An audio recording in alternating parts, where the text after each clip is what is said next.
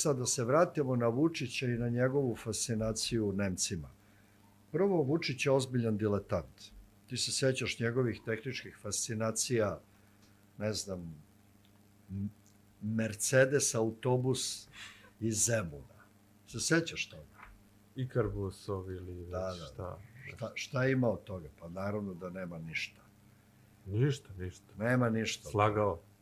Ne znam da li je slagao ili što je onako malo bezazlenije i infantilno, možda mu je neko napunio glavu. Vidi, Vučić je u tehničkom smislu ozbiljan diletant.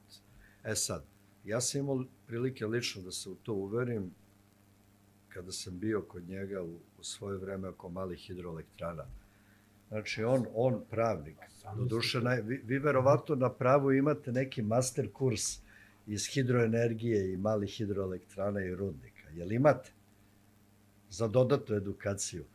Naravno da ne. Naravno da se šalim. Ali on je meni tako samouvereno i zaneseno pričao o malim hidroelektranama.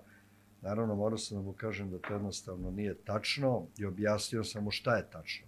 On je posle toga imao jednu izjavu, kaže, bunite se protiv zagađenog vazduha, a nećete male hidroelektrane.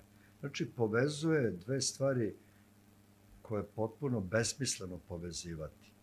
Jer hteo je da kaže, ako bude više malih hidroelektrana, bit će manje struje koje je proizvedeno u termoelektranama, pa će biti manje emisije, pa će biti manje zagađenje vazduha. Međutim, to jednostavno nije tačno. Šta je bila suština? Krug ljudi oko njega ili bliskih SNS-u je napravio oko 120 tih malih hidroelektrana. Ali ne na održiv način, nego na... Katastrofa. To su one derivacije. Znači, ne na kao vodenice, nego... Tako je, sa derivacijama, s cevima, reka u cevi, što Ćuta kaže. Reka u cevi. I to je napravljeno i 120 objekata je napravljeno. Srećom nije napravljeno svih 750 koliko su hteli i to proizvede, pazi sad ovo, 0,8% električne energije.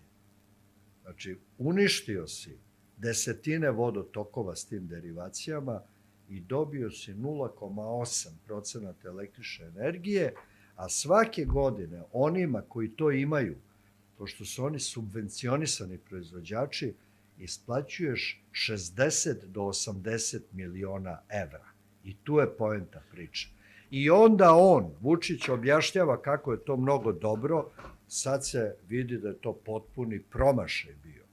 Sećaš se da su to zagovarali i Zorana Mihajlović i on i tako dalje. I on jednostavno ima fascinaciju tehnikom o kojoj veze nema. I njemu je sad neko verovatno napunio i glavu malo i sa tim litijum-ionskim baterijama, s tim lancima proizvodnje,